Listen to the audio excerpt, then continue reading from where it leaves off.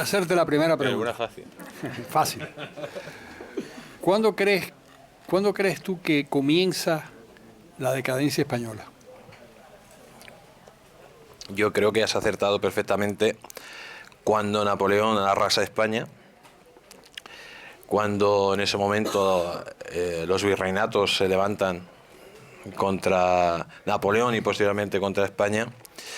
Y el siglo XIX yo creo que es un desastre continuo para España, en el sentido de que la continuidad de guerras civiles, tanto aquí en América, porque aquí en América al final fue una guerra civil, de hermanos entre hermanos, y posteriormente las guerras carlistas, pues llevaron a que no pudieran levantar cabeza durante el siglo XIX. No es hasta cuando llega ya Cánovas y empieza un poco a crear un poco de paz con Alfonso XII. La verdad que fue un siglo dramático para España el siglo XIX. Buenas noches. ¿Qué paralelismos, si alguno, se pudiera extraer entre la decadencia del Imperio Español de otrora y lo que está empezando a suceder en nuestro imperio, en la patria que queremos y que nos ha adoptado como hijos, Estados Unidos de América, en el sentido de que aquí ha empezado el proceso de todos tenemos que ser correctos, se le dan medallas a todos los que participan, ya no se habla de agresividad, sino de lo importante es participar. Es decir, ha comenzado un conteo regresivo que ayer comentábamos en el programa, de que aquí hay que tener cuidado con todo lo que se dice, con todo lo que se habla. Entonces, ¿qué paralelismos, respetando las enormes diferencias de época y sin caer en iconoclasismos, qué paralelismos se pudiera sacar, si hay alguno, entre esa decadencia ya ocurrida y el peligro de que nosotros nos precipitemos a determinados momentos de decadencia?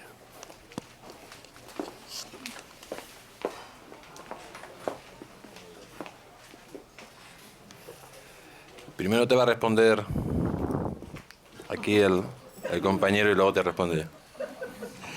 Bueno, yo creo que hay una diferencia fundamental. Estados Unidos, donde hay efectivamente síntomas de debilidad y de cambio y todo eso que tú observas y lo observas bien, pero hay una diferencia fundamental. Estados Unidos continúa mirando su propia historia, continúa siendo el eje de la propia civilización norteamericana, es decir, los centros de investigación son norteamericanos, las grandes universidades son norteamericanas, el ejército sigue siendo el más poderoso del mundo, se gastan 600.000 millones de dólares todos los años en sostener las Fuerzas Armadas, que es el 40% de lo que gasta el resto del planeta.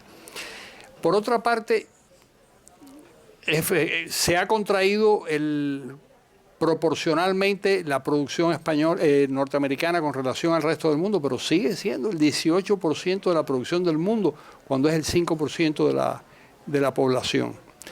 A mí me parece que esos son síntomas de que todavía hay mucha vitalidad en los Estados Unidos.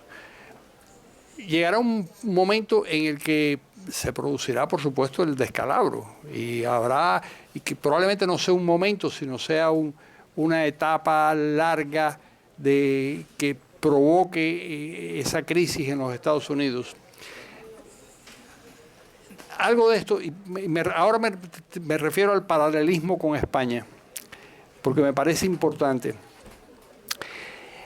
España se convierte en el centro del planeta, por una parte con el hecho del descubrimiento de América, que no tiene tanta importancia en el siglo XVI y en el siglo XVII. Los historiadores no le dan esa importancia. Incluso hay muy poca información en el resto de Europa, si pensamos que Europa es el corazón del mundo. Pero lo hace por medio de sus matrimonios. Es decir, la hija de Fernando e Isabel se casa con el heredero de Austria, que era el centro de la familia más importante de Europa en ese momento, y a partir de ahí es la etapa austriaca de España. Es decir, España sí es muy importante, pero es muy importante en la medida también en que está vinculada a un centro de poder muy importante. En 1700, ese centro de poder austriaco cambia la dinastía y aparecen los franceses. y España sea francesa, es decir, sea francesa en todos sentidos, su literatura, su música, su manera de hacer las cosas, su manera de organizar de organizar incluso la administración del Estado. Eso todavía uno no lo ve en este país. Este país le debió todo a Inglaterra y a Alemania. Por ejemplo, las universidades norteamericanas fueron organizadas de acuerdo con el modelo alemán. La administración, el pensamiento inglés le dieron forma y sentido a lo que es la República Norteamericana. Las ideas que tenían los padres fundadores eran las ideas de la Ilustración británica, no podía ser de otra manera. Pero a partir del siglo XX, Estados Unidos encuentra su propia... Estados Unidos se convierte en su propia brújula. Mira hacia su propio ombligo constantemente.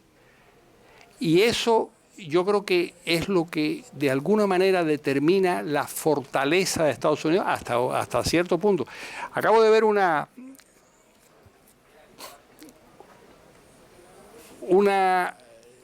índice muy interesante.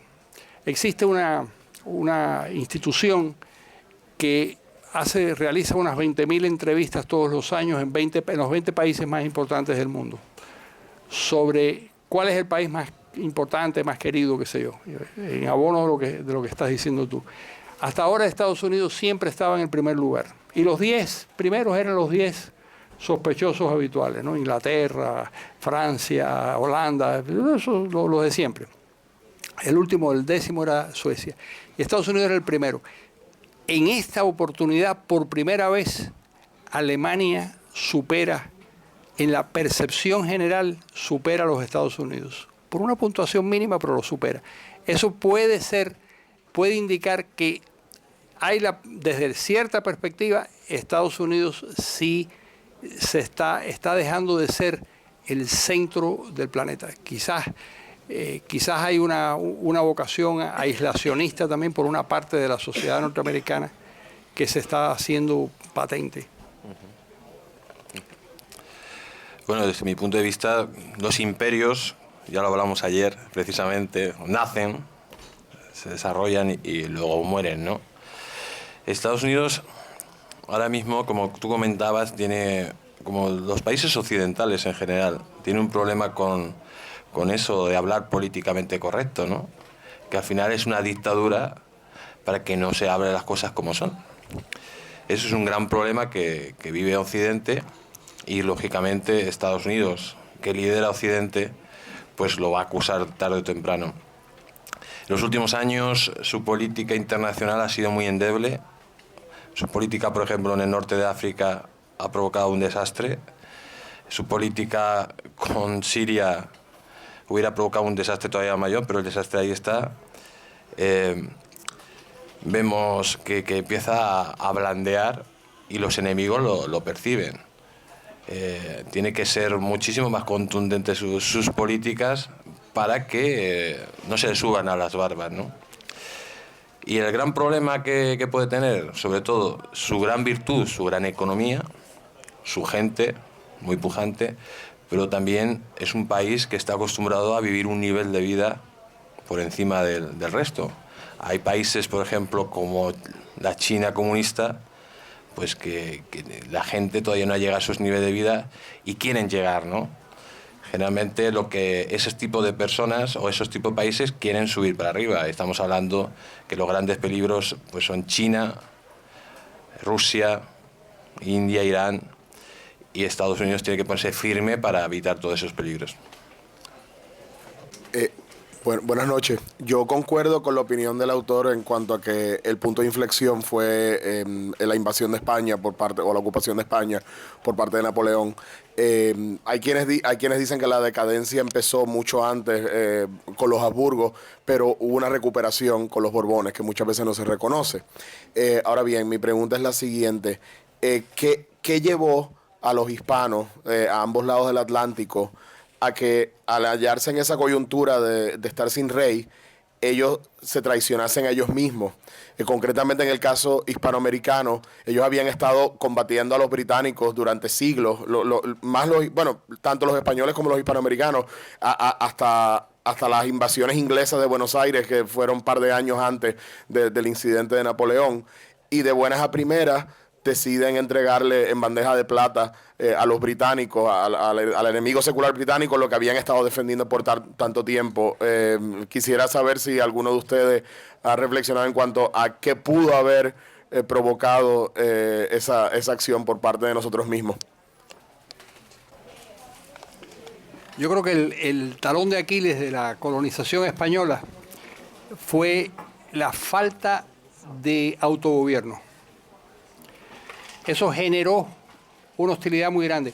Por ejemplo, esa cosa que se dice, y además de alguna manera es verdad, es decir, que el gran orgullo desde el punto de vista jurídico de España son las leyes de Indias. Bueno, el hecho de que la legislación de Indias se hiciera en Valladolid o se hiciera en España a 6.000, 7.000 kilómetros de distancia refleja hasta dónde podía ser demasiado irregular y podía eso generar cierto resentimiento. Y luego hubo el problema, por supuesto, por una parte, de la atracción que ofrecía Inglaterra. Es decir, Inglaterra ya en el momento en el que se produce la invasión de Napoleón, Inglaterra es un país muy admirado por la cúpula dirigente latinoamericana. No solo Bello y Bolívar viven en Londres, no solo Miranda va a Londres y además llega a tener una gran biblioteca en Londres, sino había una fascinación por todo lo inglés. Yo recuerdo un detalle de una de los grandes libros de Hugh Thomas, que contaba cómo las élites europeas mandaban a lavar sus camisas a Londres, porque se suponía que las mejores lavanderías estuvieran en Londres. Me parece una cosa absolutamente ridícula, pero da la medida de hasta qué punto podía haber una enorme fascinación con todo lo que pasaba en Inglaterra, que fue el siglo XIX, fue el siglo inglés, sin la menor duda. Yo creo que ahí es donde está el distanciamiento. Luego los ingleses jugaron muy bien sus cartas, ¿no?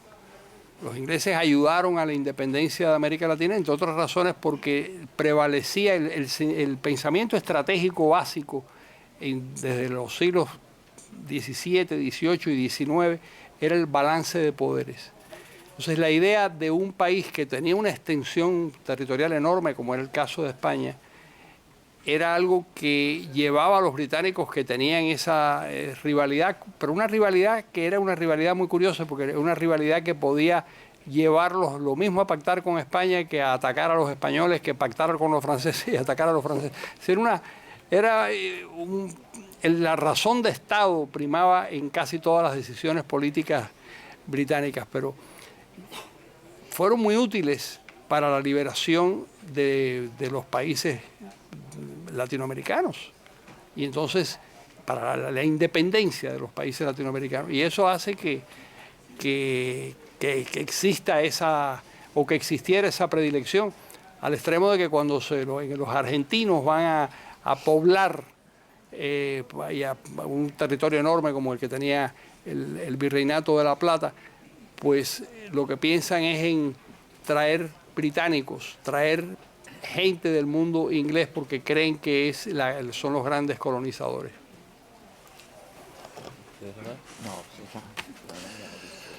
Bueno, yo desde mi punto de vista pienso una cosa, ¿no? O sea, cuando España deja Hispanoamérica, pues por ejemplo había 24 universidades, por ejemplo Portugal no deja ninguna en Brasil.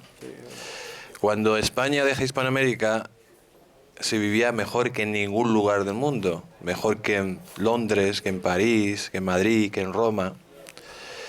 Lo que sucede, lógicamente, que al perder al perder el España, el imperio se descabeza, ¿no? Hay un refrán que dicen, como dicen embajadores, ese refrán: a río revuelto, ganancia de pescadores. Y ahí estaban los británicos, la pérfida Albión, como llamamos en nuestra tierra, pues que aprovechó esa circunstancia para romper el conjunto de la hispanidad, y que a la larga, yo siempre digo lo mismo, ¿no? A la larga, pues cuando uno está dividido es más fácil vencerle, manipularle. Pues las grandes compañías mercantiles que venían de Europa, pues al final hicieran una colonización, pero todavía peor, que tuvo como consecuencia que los niveles de vida, pues bueno, y los abusos, sobre todo la población indígena, que sí tenía cierta protección por la corona, fuera cada vez mayor. Si Hispanoamérica se uniera todo su PIB juntos, otra vez de nuevo, seríamos invencibles, y seríamos invencibles, ¿por qué? Porque nuestro PIB sería mayor que el de este gran país, que los Estados Unidos.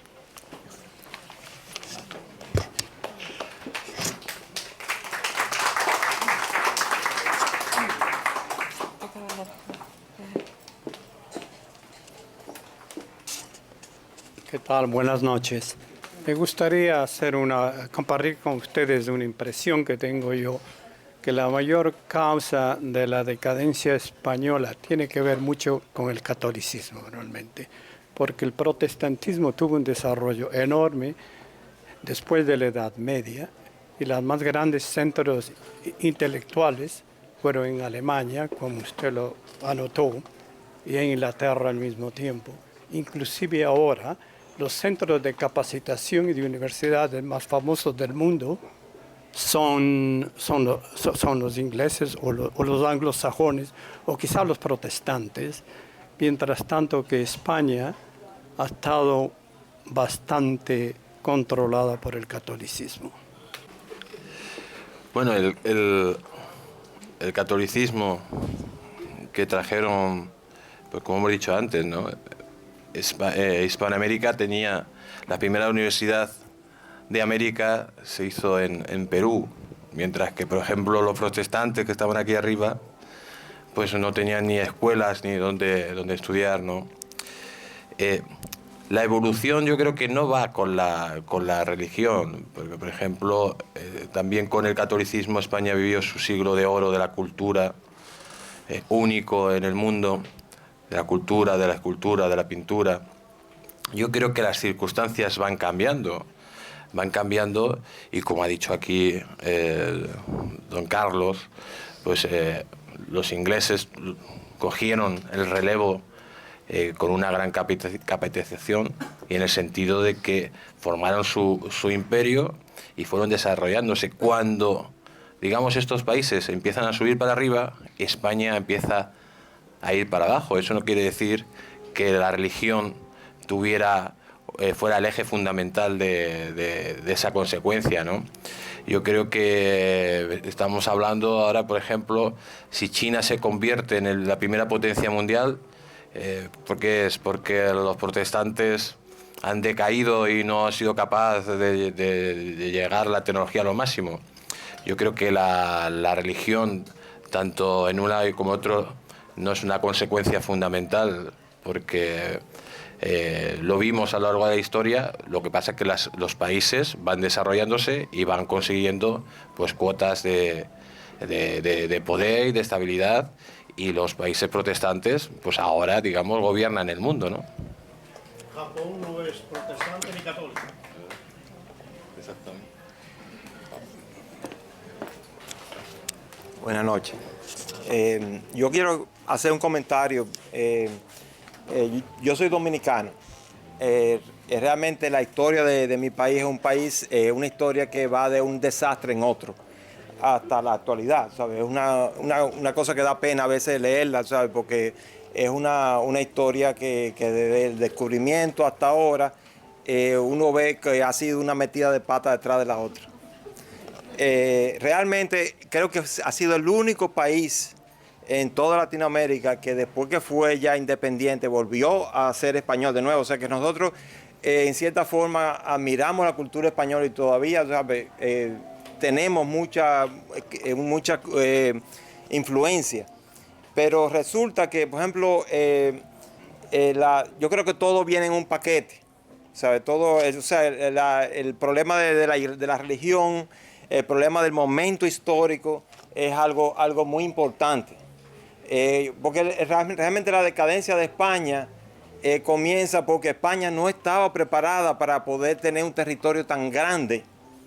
En esa época no había internet, ni había teléfono, ni nada. ¿Sabes? Imagínense que cuando el rey decía, daba una orden allá en España, en la Tierra del Fuego se duraba por lo menos un año en llegar la noticia. ¿Sabes? Entonces uno se pone a analizar eso. Eso era un caldo de cultivo perfecto para poder hacer que otras potencias se hicieran cargo de todo lo que hicieran todo el desastre que hicieron, incluyendo, por ejemplo, los ingleses, que todo el mundo dice que aquí quieren, que los países latinos admiraban a Inglaterra. En mi país fue totalmente lo contrario. Los ingleses fueron unos desgraciados totalmente. Si usted ve la historia de Drake acabó con Santo Domingo y duró muchísimo tiempo. Hubo que pagarle una suma extraordinaria de dinero para que saliera de allá. O sea que realmente quería hacer ese comentario. Gracias.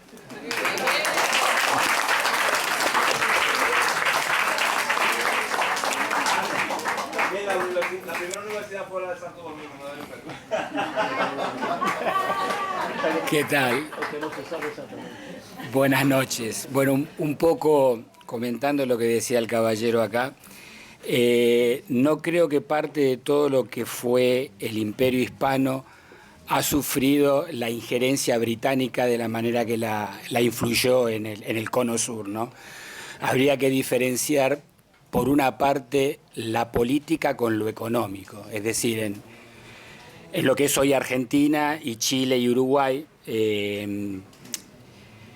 históricamente por el Reino Unido la injerencia fue total, y un poco lo que comentaba Carlos, la admiración de los primeros gobiernos patrios de aquella época, primer triunvirato y gobiernos unitarios, se reflejaban en imagen y semejanza de lo que se pensaba en Londres.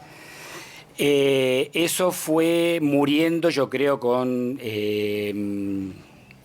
mediados del siglo XIX, por la gran inmigración que tuvo Argentina en esa época, pero bueno, es otra historia. Lo que yo te quería preguntar era, ya que habías hecho la presentación en España, ¿cuál fue tu percepción en Cataluña, básicamente, cuando contás todas estas historias, o no sentirse reflejados por un orgullo nacional español, y donde hoy por hoy los catalanes cuentan una versión totalmente tergiversada de lo que es la historia de España en general, ¿no? Con cada una de sus comunidades? Entonces te quería preguntar cuál era la percepción o el comentario que muchos del pueblo catalán hoy te pueden haber hecho referencia, que es un tema un poco álgido, pero bueno, estuve en Girón hace poco y me quedé flipado de ver esteladas por todos lados, y digo, pero estoy realmente viviendo en otro país. Y bueno, quería que me comentaras un poco y lo compartieras acá, ese sentimiento, ¿no?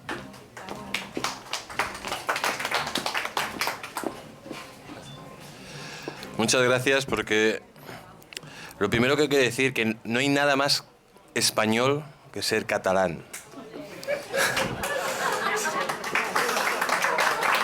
Desgraciadamente, los catalanes han sufrido gobiernos nazis o naristas, han transmitido una historia tergiversada de España, han educado a los niños en el odio al resto de España, y eso está teniendo unas consecuencias como las actuales.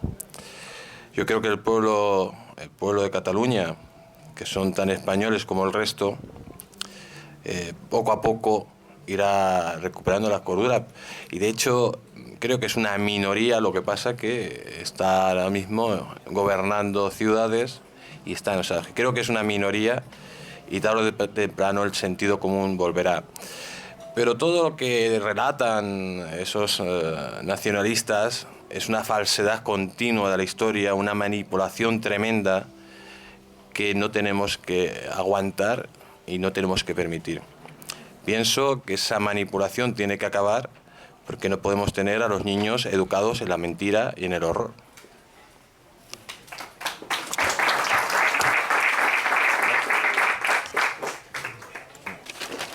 Buenas noches. Mi pregunta es, no he leído nunca un libro tuyo antes, estoy aquí por recomendación de un amigo de ambos. Es muy fácil gestionar los éxitos porque lo sabemos, pero las derrotas. No sé si has escrito antes un libro de cómo los españoles hemos sabido gestionar las derrotas, digamos, la Anual, el desastre de la Anual o Trafalgar, o la misma guerra de Cuba, que muchos somos ignorantes y no sabemos todo lo que ha pasado ahí, lo mucho que hicieron la gente que murieron en estos suelos por defender la bandera de España. Y con respecto a lo que dijo alguien de Cataluña, yo personalmente, que tengo muchísimos amigos catalanes, le puedo asegurar de que no son mayoría, que son minoría, lo que la minoría hace mucho ruido y porque quieren tomar el poder y quieren arruinar la grandeza de España. Muchas gracias.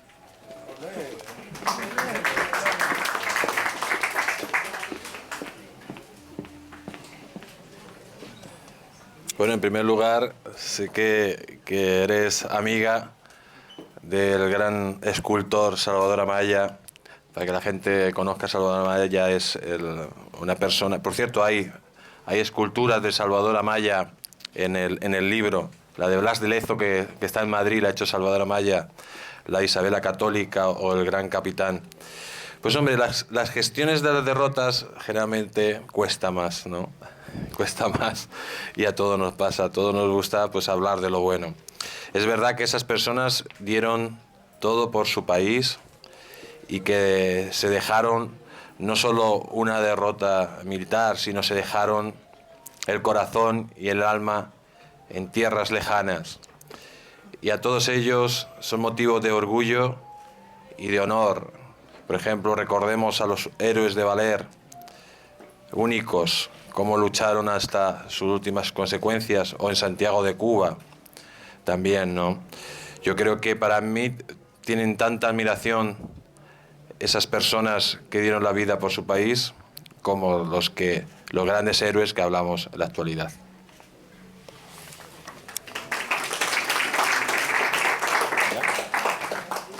Y si no hay ninguna pregunta más, vamos a pasar a la firma de libros. Quien quiera, estoy a su disposición. Dando las gracias a todos y a los invitados especialmente por su presencia.